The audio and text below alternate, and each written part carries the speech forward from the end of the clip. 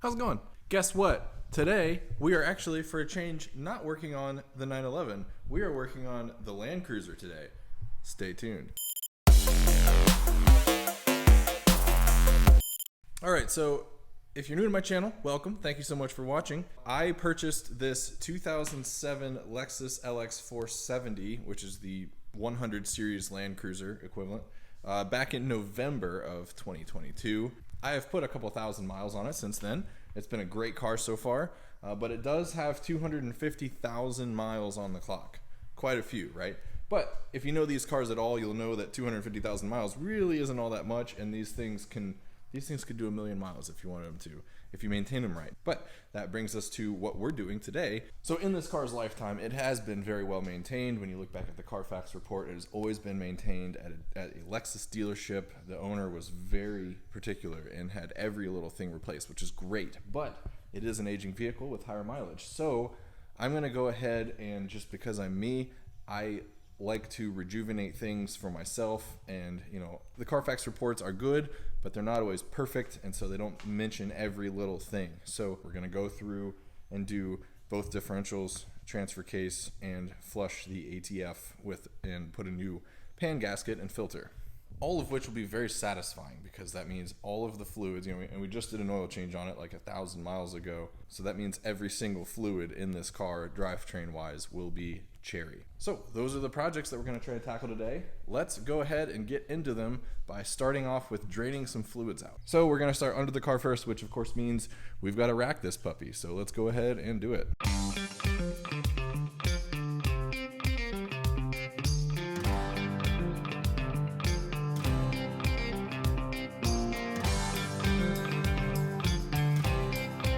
Here we are in the business end of the Land Cruiser. What amazes me about these cars is just how absolutely overbuilt they are. I mean, just look at every little thing. It's so freaking beefy, and it just kind of blows my mind. But anyway, so here is the transmission pan. You can see here, this is the overflow plug, and this is the drain plug. Two very different functions, and I'll explain that a little bit more as we go. But basically, yeah, one is for the filling procedure so that you know when you have the transmission at the correct level, and then the other is for actually just draining the pan. And of course, at the back end is our very beefy differential, which the light is totally messing with right now.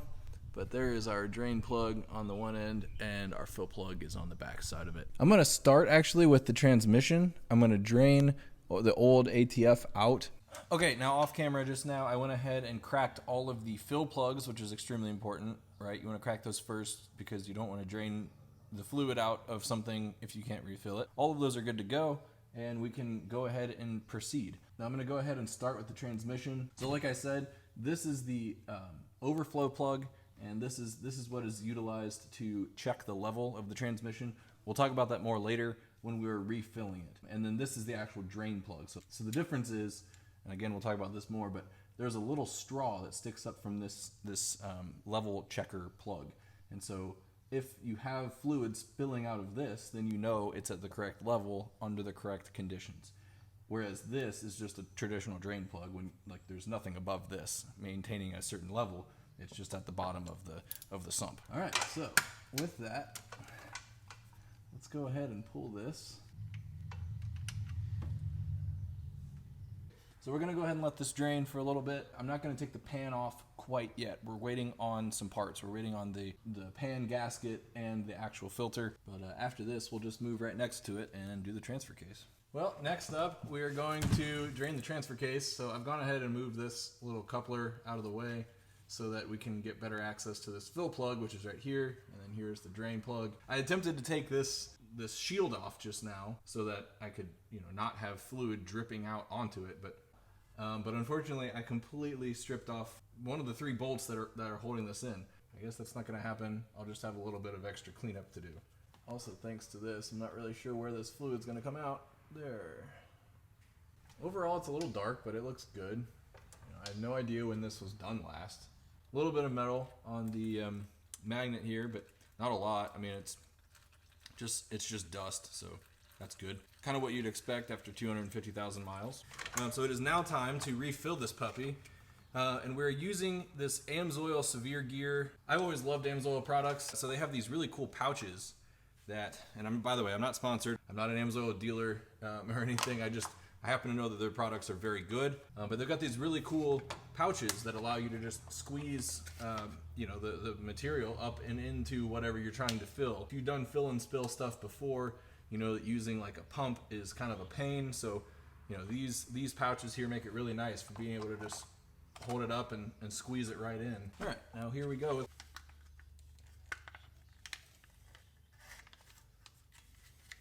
I think this thing, by the way, transfer case takes just under 2 quarts of fluid. Time for package number 2.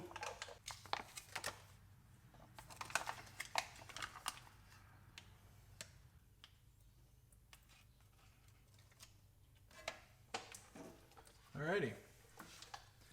And just like that, we be spilling.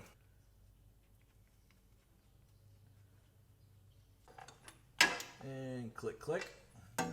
Alrighty, well, I'll plug this puppy back in and our transfer case is, boom, done. Alright, now we're back to working on the transmission. I decided I just want to go ahead and tackle this now. So there's a bunch of 10mm bolts all up and around this sump here. So I'm going to go ahead and get those off now, and we'll talk about it once it's down.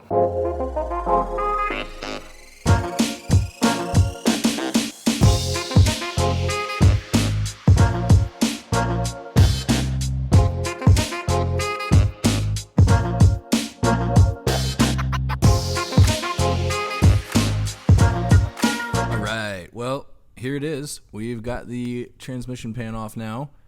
Check it out. So if you've never seen up inside the bottom portion of an automatic transmission, this is it. Basically, let me show you what we've got going on here. So you can see all of these, where these electrical leads are going to, those are solenoids, and those are what control the flow of the fluid throughout the transmission, and that's what controls your shifting of gears.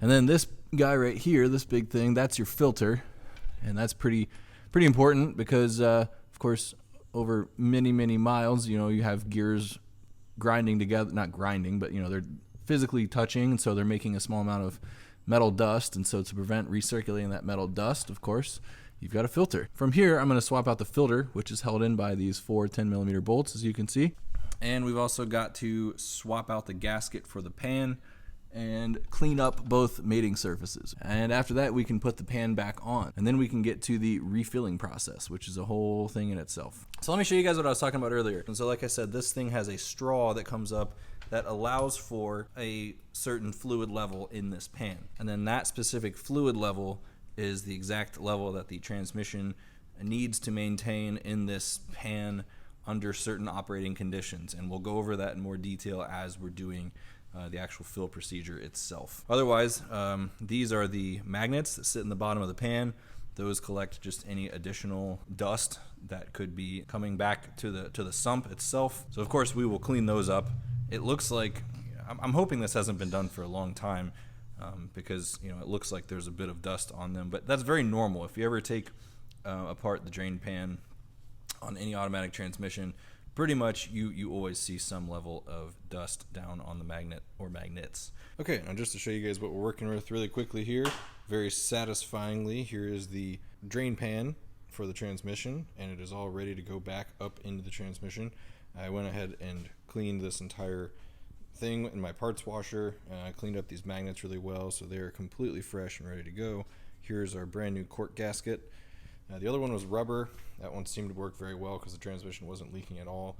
Hopefully this cork one works just as well, but we will find out. So you can see, kind of to help mark the gasket and keep it in place, there are 4 holes, one on each corner, that are smaller, that hold the bolts up and in there to kind of help with positioning the entire thing when putting it back up into place. I'm going to throw you guys on a time lapse, and we will go ahead and put this back up in the car.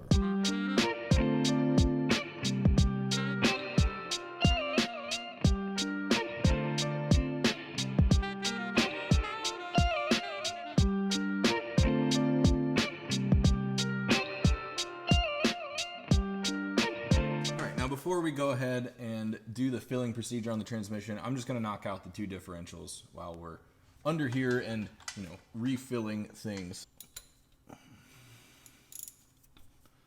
Go ahead and take these bad boys out.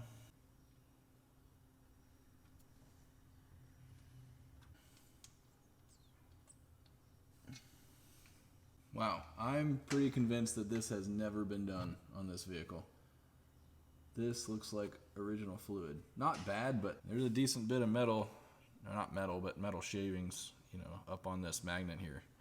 Definitely has been a while since this was done. We got that to a occasional drip. Time to put our drain plug back in here. Click, click. I'm using this AMSOIL 80W90. It's a GL5 equivalent gear oil. It's supposed to be pretty good stuff. This again is a fill to spill situation.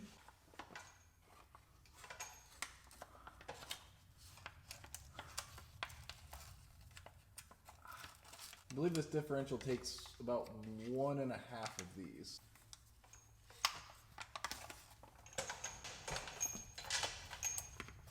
But there we go. We are at the spill point. Click, click. We'll clean this up a little bit with some brake clean. Wiper down. Boom, shakalaka. Front diff is done and filled. Let's move on to the rear diff. Alrighty, now that we are at the back, it's time to drain the rear differential. So I already have this fill plug loose. Forgot about that.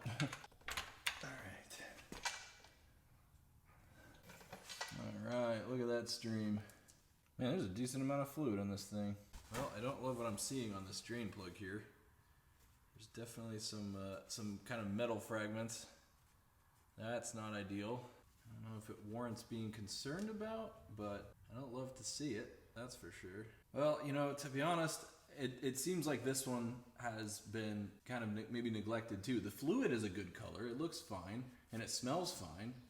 So that's good, but I can definitely tell from, especially the fill plug, it had a lot of corrosion up and around it. You could tell that that thing has not been taken off in a long time, maybe if ever. I wonder if, I mean, could a differential go 250,000 miles without being serviced?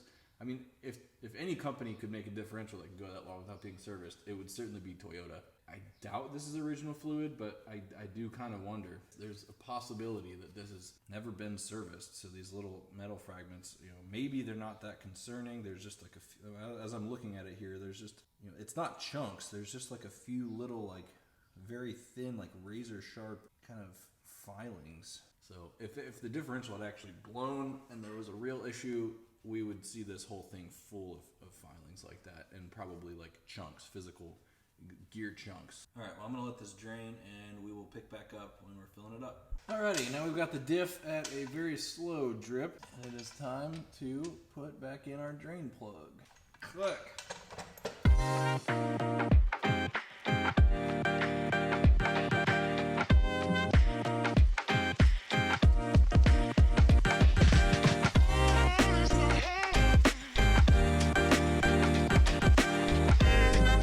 Alrighty, rear diff is now all done. So I did end up off camera, I set the vehicle down on the ground so that the diff could level out to its more correct orientation, so that the spill level is more accurate with what the vehicle ride height is. As you lift the vehicle, the diff kind of tilts back, so you're gonna get a spill much sooner than what you would normally if the vehicle was sitting on the ground. And actually there's something to that, because I ended up putting probably about a half quart fluid in it after I set it back down on the ground. So that's all done now. Both differentials are complete and the transfer case is complete. Now we just need to do the transmission filling procedure. So let's move up towards the middle of the car and do that. Okie dokie. Now here is the transmission. Hold on, let me try and get my light right here.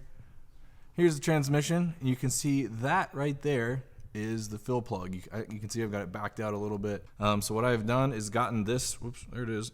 There's our shifter lever. We needed to get that up and out of the way. Normally that goes up on that bad boy right there. We have that out of the way just to kind of help with access for our pump to be able to get fluid up into the fill hole. So the way this works is we start out by first removing the level checking drain plug. And remember, that's the one with the little section of pipe on top of it. So we fill up there until we start to see fluid coming out of that hole. Once it does, then we need to start the vehicle, and we go through this whole process of warming up the fluid and getting it to the correct temperature and then checking it again. And we'll talk about that more once we get there, but for now, we just need to put fluid up in the transmission because it is completely empty. So I'm just gonna do that off camera because it's kind of hard for me to film that and it's not all that exciting anyway. So we're just gonna fill that up until we see some fluid running out of that bad boy, and then we'll talk about the level setting process from there. All right, everybody, we are now sitting in the driver's seat of my LX470. We need to, in order to properly check the level of the transmission fluid, we need to put this car into transmission diagnostic mode. Basically what that does is the diagnostic mode alerts you when the transmission fluid is at the proper temperature for checking the level. So what we first need to do is go into diagnostic mode, get the transmission fluid up to temperature. Once it's there, when the car alerts us, I'll show you guys what that means in a minute here, and drain out the fluid until it goes down to just a little trickle. Then we can replace the drain plug, and we know that the transmission is cherry and good to go. So that sounds confusing and difficult, but we'll walk through it together. There's actually a very good YouTuber. His channel is literally called LandCruiserDIY, and he made this very good video about how to do this exact process. So I will link that video in my description of this video so that you guys can reference that, because he gives a much more detailed description of this process than what I could probably possibly do. So anyway, the first step for this is putting the vehicle in diagnostic mode. So what we need to do is jump 2 of the pins that are on the OBD2 connector. So what I've done is I've gone ahead and made a little wire jumper, and it's gonna be hard to see. I have connected pins 4 and 13. Basically the vehicle looks for that at engine start, and it will enter the car into diagnostic mode if it sees that those 2 pins are jumped. It is now time to start the vehicle, and I'll show you, we'll learn together what this looks like. It's gonna look pretty crazy, I think. Yes, so you can see that there are lots of lights flashing, lots of things going nuts, and even the thing on the screen says that we're in diagnostic mode, so we know we have successfully entered diagnostic mode. Now, kind of the first step here is we want to cycle through all of the gears to get the gear fluid up and throughout the transmission.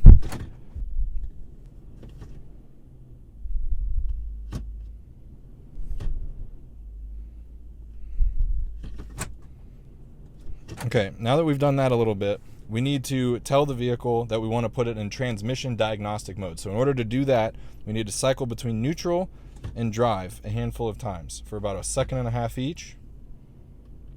And then we need to watch the dash for the ATF light to flash. Continued apologies for the very blurry camera work. From this point, it took me several tries to actually get the ATF oil temperature light to come on, and in the process I had stopped filming just because I didn't know if and when it was actually going to happen. So my apologies, I didn't actually get it on film. If you'd like to see this process in great detail, please go check out that video by LandCruiserDIY. He does a fantastic job explaining this entire process step by step and what to look for and how to do it. Now from this point, once you see the AT oil temp light flash and you know that you are in transmission diagnostic mode, you need to leave the car running, remove your jumper from the OBD2 port, and then wait until the AT oil temp light comes on solidly. And then that will be your indication that you are in fact in the correct ATF temperature range to be able to finally check your transmission fluid level. This for me took about 20 minutes from the time that I saw the AT oil temp light flash. So the transmission is up to temperature now. I'm going to go ahead and check the ATF level one more time. I'm not going to film this just because, you know, the car is running and it's maybe kind of loud underneath there, but once we check that level, hopefully it's at a good place. I will then torque down the level checker. I believe it gets torqued to 15 foot-pounds, and then we're done with the transmission. All right, everyone. Well, here we are rolling in the Land Cruiser. We just got done doing all the fluids. After doing a bit of a test drive, I can thankfully and happily say this thing drives super well. So we're just gonna go ahead and call it a video here. Thank you guys so much for watching. I hope you found this informative. If you did, please do me a huge favor and give this video a like. It really helps my channel out a lot, and I very much appreciate it. Thank you guys so much for tuning into Fun Ahead TV, and I will see you guys next time.